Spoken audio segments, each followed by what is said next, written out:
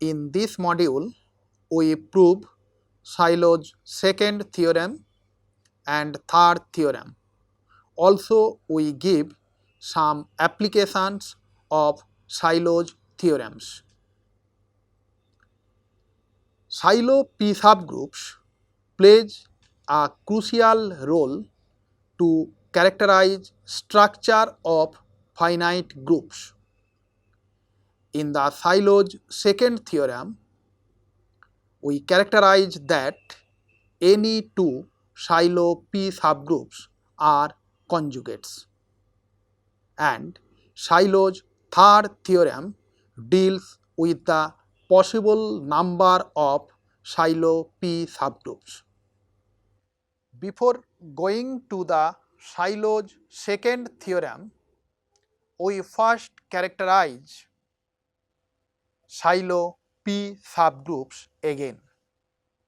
Recall that given two subgroups H and K of a group G, K is said to be a conjugate of H if we have some element G in G such that K equal to G H G inverse. In the following result, we prove that every conjugate of a Sylow P subgroup is also a Sylow P subgroup, and hence it follows that if G has unique Sylow P subgroup P, then P must be normal in G. Let H be a Sylow P subgroup of G and K be a conjugate of H. Then K equal to A H A inverse for some A in G, which implies that order of K is equal to order of A inverse, which is again equal to the order of H equal to P to the power n. Thus, K is a subgroup of G of order P to the power n, and in our previous module we have proved that a subgroup K of G is a Sylow P subgroup if and only if order K equal to P to the power n. Hence, K is a Sylow P subgroup of G. For the second part, let H be the unique Sylow P subgroup of G. Then, for every G belongs to G, G H G inverse is a conjugate of H, and hence it follows from the part 1 that G H G inverse is also a Sylow P subgroup. Since G has unique Sylow P subgroup, so it follows that G H G inverse equal to H, and this holds for every G in G. Thus, H is a normal subgroup of G.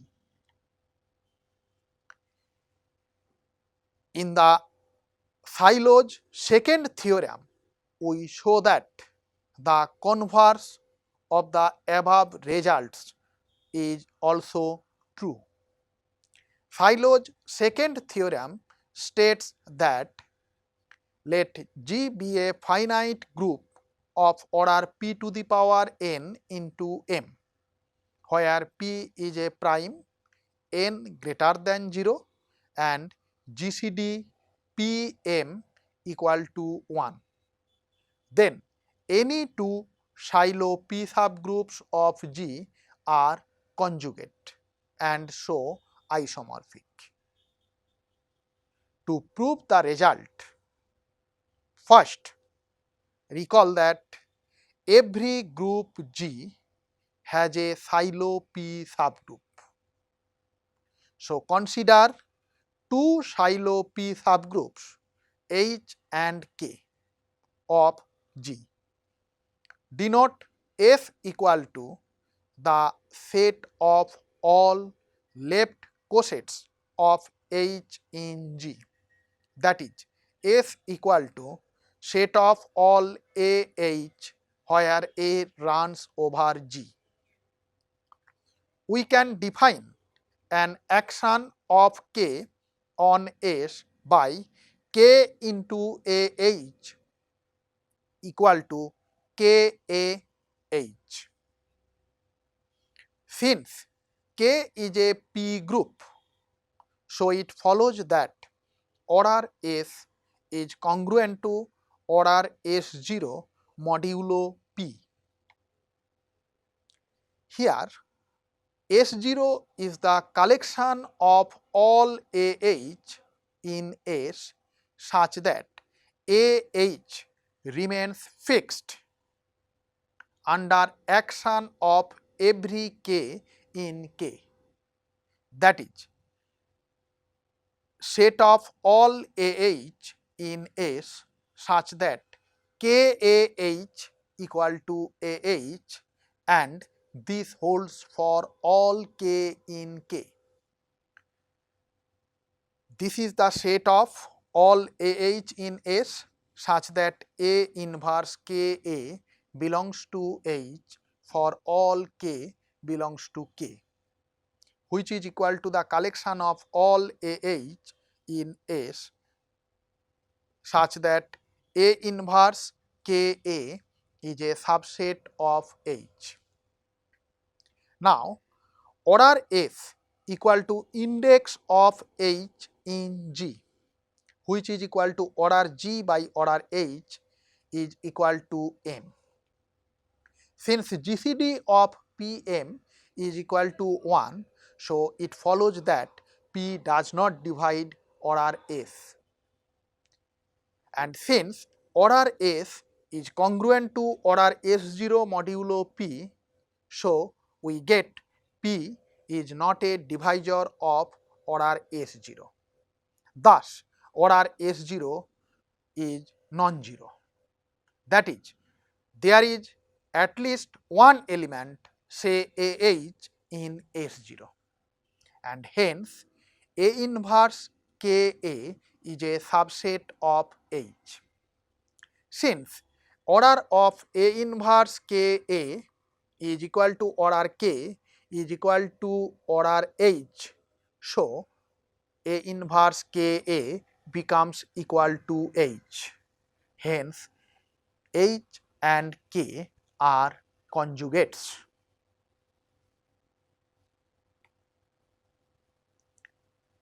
As an immediate consequence of Shiloh's second theorem, we have following two corollaries. Let G be a finite group and P be a Shiloh P subgroup of G. Then P is normal in G if and only if it is unique Shiloh P subgroup of G. Already we have proved that if P is a unique Shiloh P subgroup of G, then P is normal in G. Now we prove that if P is normal, then it must be the unique Shiloh P subgroup of G. So, assume that P is a Shiloh P subgroup of G and P is normal in G. Let Q be a Shiloh P subgroup of G. Then, by the Shiloh second theorem, P and Q are conjugates. That is, we have some A in G such that Q equal to APA inverse. Since P is normal in G, so APA inverse is equal to P, and we get Q is equal to P. Thus, G has unique Shiloh P subgroup. In our next corollary, we show that if P is a Shiloh P subgroup of G, then normalizer of normalizer P is equal to normalizer of P. It is obvious that normalizer of P, that is NP, is a subset of N of NP. To prove the reverse inclusion, consider A belongs to N of NP. Then A NP A inverse is equal to NP, and so A P A inverse is a subset of NP. Now order P is equal to order A P A inverse implies that both P and A P A inverse are Shiloh P subgroups of G and hence of NP. Since P is normal in NP, which follows from the definition of NP, so P is the unique Shiloh P subgroup of NP, and it follows that A P A inverse equal to P. Thus, A belongs to NP and we get N of NP is a subset of NP. Therefore, N of NP becomes equal to NP. Thus, we see that to check whether a group G is simple or not, it is a very useful tool to establish that for some prime divisor P, G has unique Shiloh P subgroup.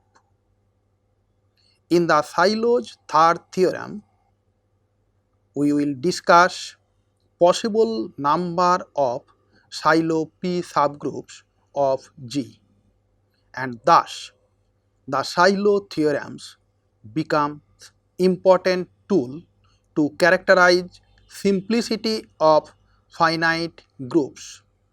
Again, I would like to remind you that the simple groups are treated as the basic building blocks in the theory of finite groups. There are several proofs of Shiloh's third theorem. Here I would like to give the proof using group action. For this, consider the set of all Shiloh P subgroups and denote it by S. Since every conjugate of a Shiloh P subgroup is also a Shiloh P subgroup, so for every subgroup H of G, H cross S to S given by A into P equal to A P A inverse is an action of H on S.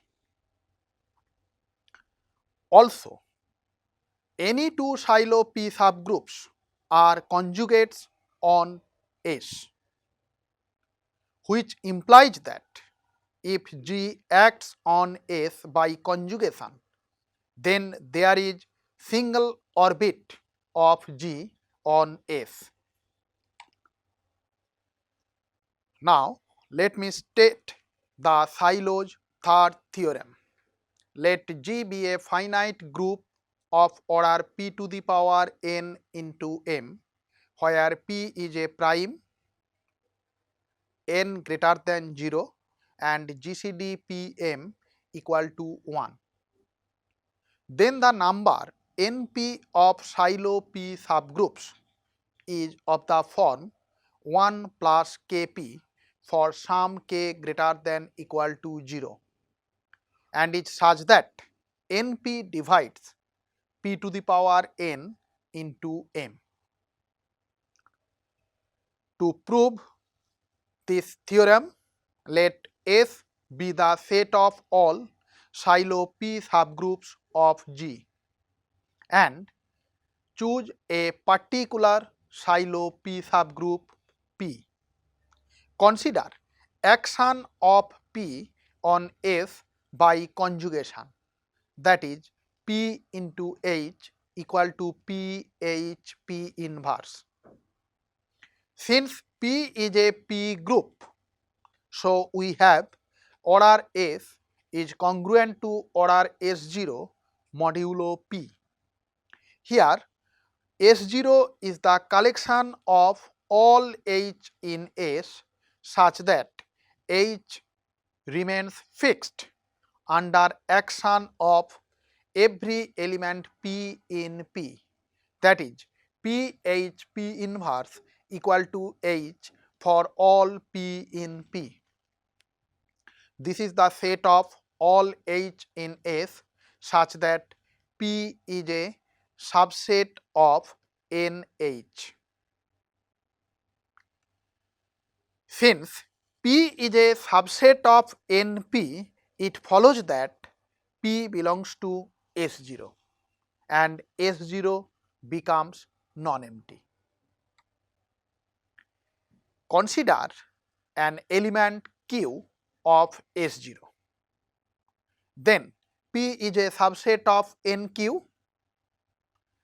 Since both P and Q are silo P subgroups of G and PQ subset of the subgroup NQ, so they are also silo P subgroups of NQ and hence conjugates in NQ.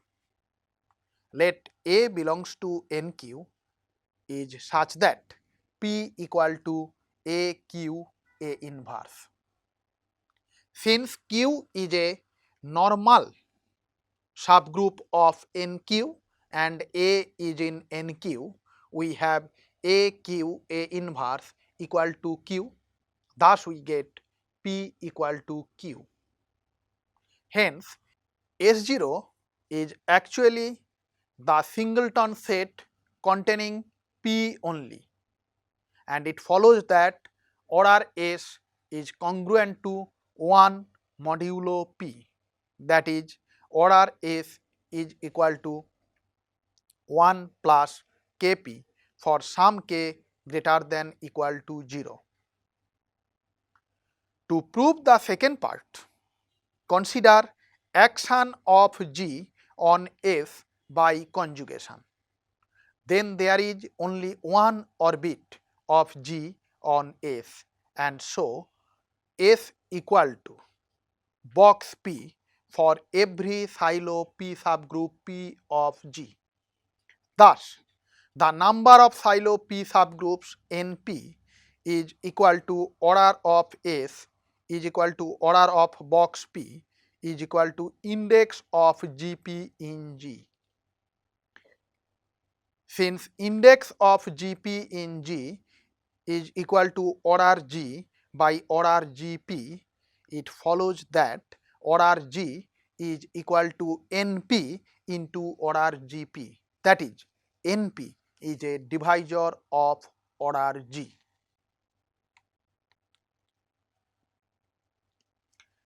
Now, I demonstrate some examples to show how the silo theorems can be applied to study structure of finite groups of small order. First, consider groups of order 45.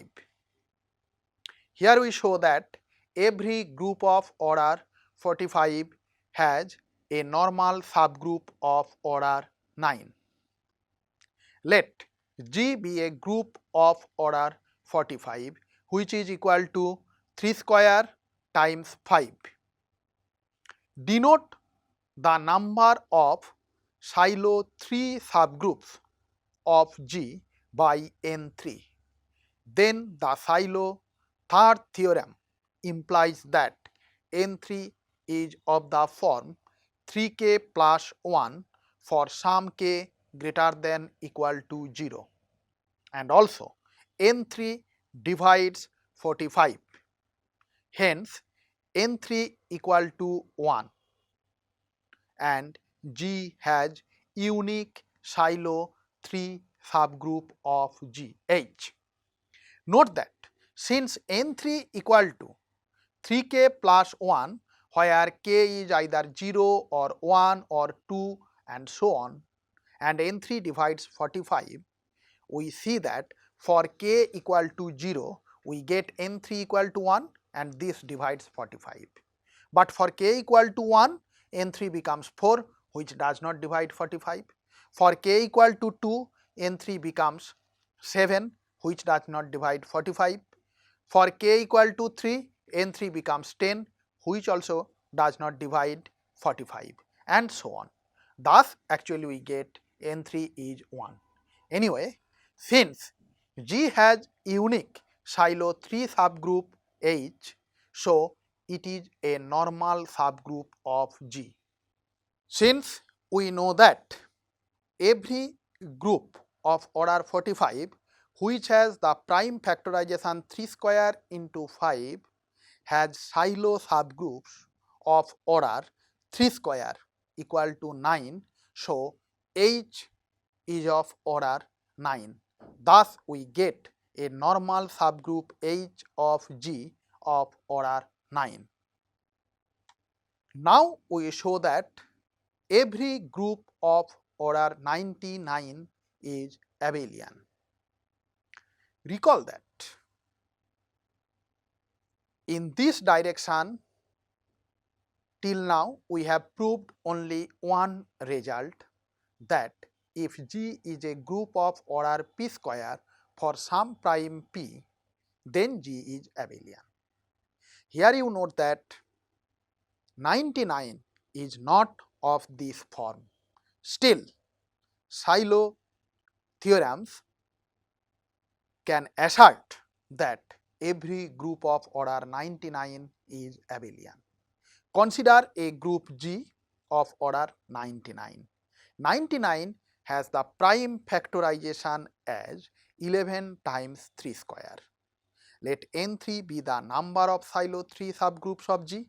Then n3 is of the form 3k plus 1 for some integer k greater than equal to 0. Also we have n3 divides 99, from which it follows that G has unique silo 3 subgroup, say H. Since it is unique silo 3 subgroup, H is normal and its order is 3 square equal to 9. Similarly, we can check that G has unique silo 11 subgroup, which we can denote by k, and k is normal and order k equal to 11. Then H intersection k is equal to E, because order of H equal to 9 and order of k equal to 11, which are prime to each other. So Lagrange's theorem implies that H intersection k is of order 1, that is H intersection k contains only the identity element, and we get order of H into k equal to order H into order k, which is equal to 99. This implies that G equal to Hk. Thus, H and k are two normal subgroups of G such that G equal to H into k and H intersection k is the identity subgroup. So, G becomes an internal direct product of H and k. Hence, G is isomorphic to the external direct product H cross k. Since order H equal to 3 square, so H is abelian, and since order k equal to 11 a prime, so k is also abelian. Therefore, G is abelian.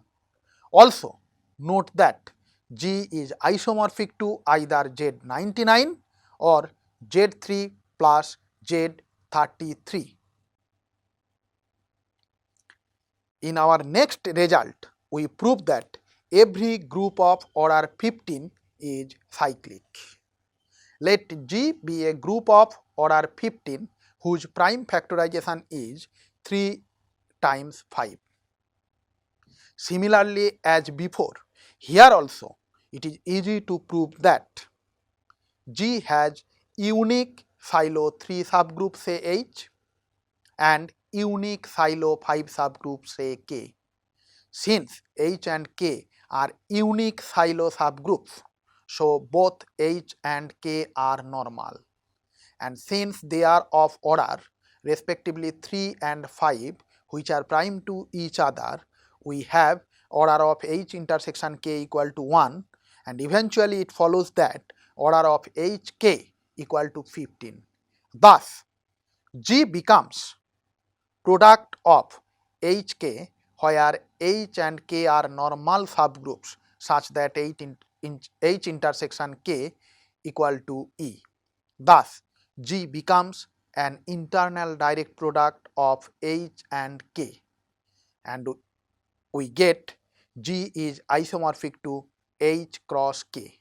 Since H is a group of order 3 A prime, so H is a cyclic group and isomorphic to Z3. Similarly, K is isomorphic to Z5, and finally we get G is isomorphic to Z15. In fact, it follows from the fact that GCD of 3, 5 equal to 1. In our last example, we show that every group of order 255 is cyclic. Let G be a group of order 255 whose prime factorization is 17 times 5 times 3.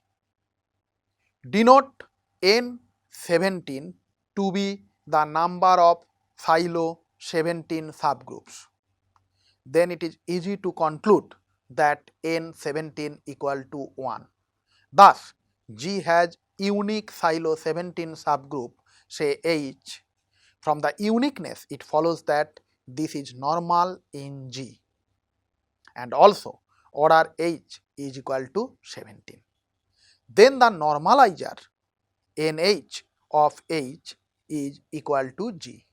Since NH by CH is isomorphic to a subgroup of OT H, the group of all automorphisms on H, so order of the quotient group NH by CH divides order of the group OT H, which is equal to OT Z17. Note that H is a group of prime order 17 and hence H is cyclic and isomorphic to Z17.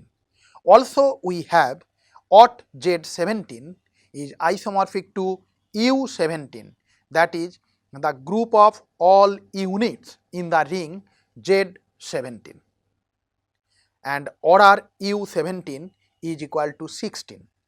Since NH equal to G, we get order G by CH divides 16.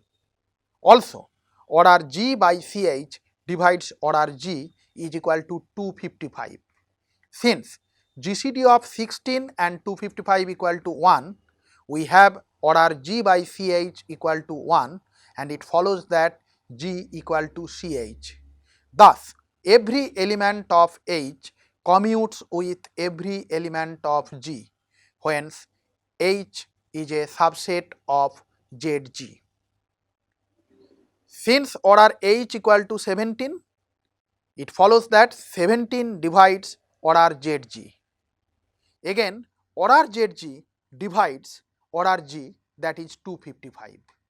Thus, ZG becomes either 17 or 51 or 85 or 255. And so, the quotient group G by ZG is of order either 15 or 5 or 3 or 1. But every group of order 15 or 5 or 3 or 1 is cyclic, and it follows that G is abelian. Hence, by the fundamental theorem of finite abelian groups, since order G has only 3 distinct prime factors 17, 5 and 3, it follows that G is isomorphic to Z17 plus Z5 plus Z3, and which is again isomorphic to Z255. Thus, G becomes a cyclic group. Thus, we have discussed 4 examples which characterizes a group, whether it is cyclic or abelian or it has a non-trivial proper normal subgroup. In fact, if we can prove that G is of composite order such as 15 or 255 and it is cyclic, then it must have a non-trivial proper normal subgroup. Similar is the case for the groups of order 99. Thus, actually in all these 4 examples, it has been established that none of the groups of order 45 or order 15 or order 255 or order 99 are not simple. In our next module, we give some other results and examples to test simplicity of the finite groups of small order.